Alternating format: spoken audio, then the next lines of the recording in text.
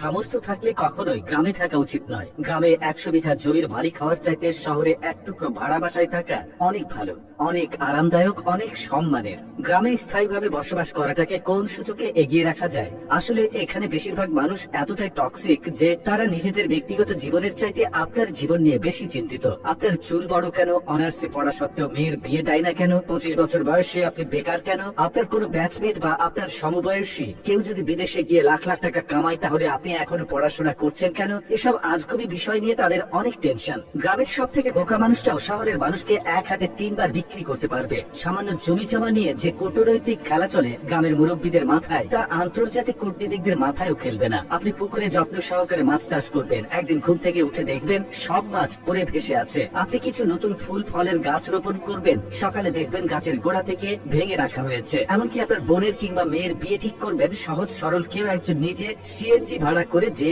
বরপক্ষের কাছে দুর্নাম করে বিয়ে ভেঙে দেবে। মাঝে মধ্যে তারা এমন কিছু বিষয় নিয়েও চিন্তিত হয় যেসব বিষয় নিয়ে আপনার ফ্যামিলি মাথায় ঘামায় না। গ্রামের টক্সিসিটির আরো একটি বিরাট পার্ট হচ্ছে ঝগড়া। আপনি এমন কোনো বাড়ি খুঁজে পাবেন না যেখানে জায়গা জমি নিয়ে বিবাদ বা বিরোধ নেই। প্রত্যক্ষ এবং পরোক্ষ ভাবে এই ফ্যামিলি সেই ফ্যামিলি একজন